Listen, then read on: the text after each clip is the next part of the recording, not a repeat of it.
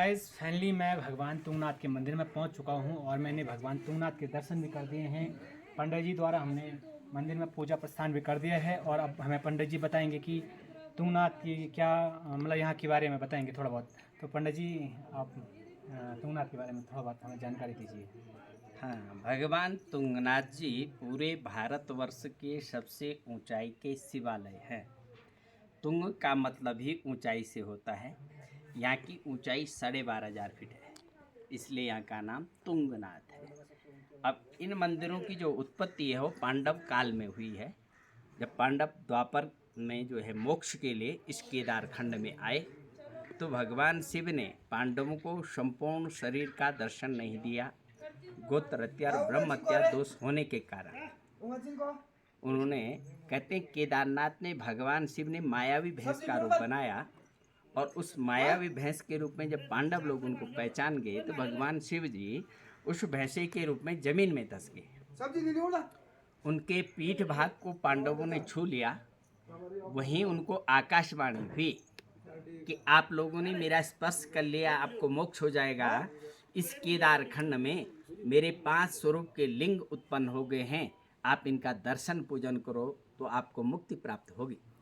तो केदारनाथ में भगवान का पृष्ठभाग लिंग स्थापित हुआ। दूसरे मदमेश्वर में भगवान का नाभि भाग का लिंग स्थापित हुआ और दोनों की जो पूजा हुआ करती है 12 महीने ओखी मठ में गद्य स्थान है। तीसरे यहाँ पे बाबा तुंगनाथ जी में भगवान का हृदय से 2 भुजा हाथ का दर्शन यहाँ पे होता है। यहाँ की गद्दी मक्कू मठ में है, 12 महीने वहाँ पूजा हुआ करती है। चौथे हैं रुद्रनाथ जी, भगवान का मुखमंडल वहाँ पर है।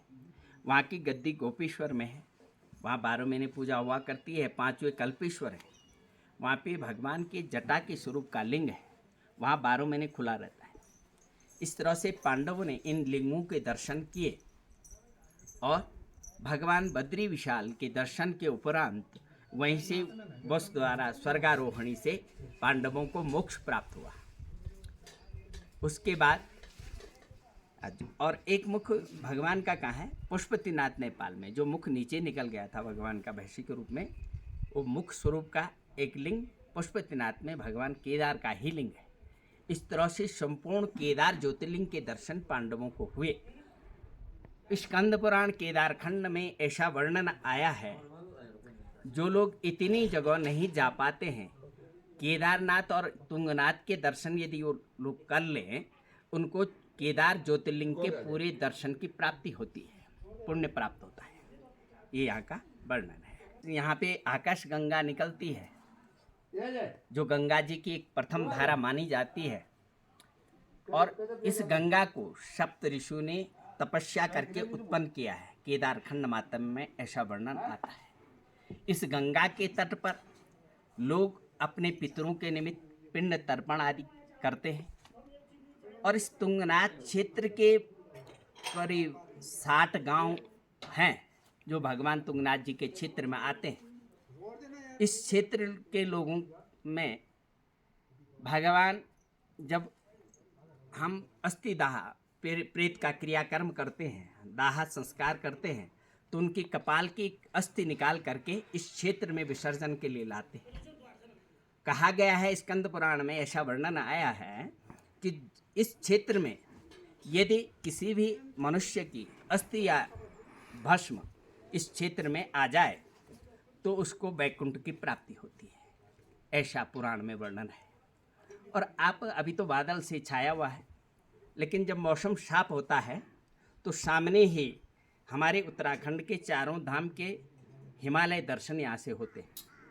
सबसे पहले आपको किनारे में यमुनोत्री का हिमालय दिखाई देता है इधर में, उसके बाद गंगोत्री का हिमालय दिखाई देता है, उसके बाद केदारनाथ का हिमालय दिखाई देता है और इस साइड में आपको बद्रीनाथ नीलकंठ के दर्शन होते हैं।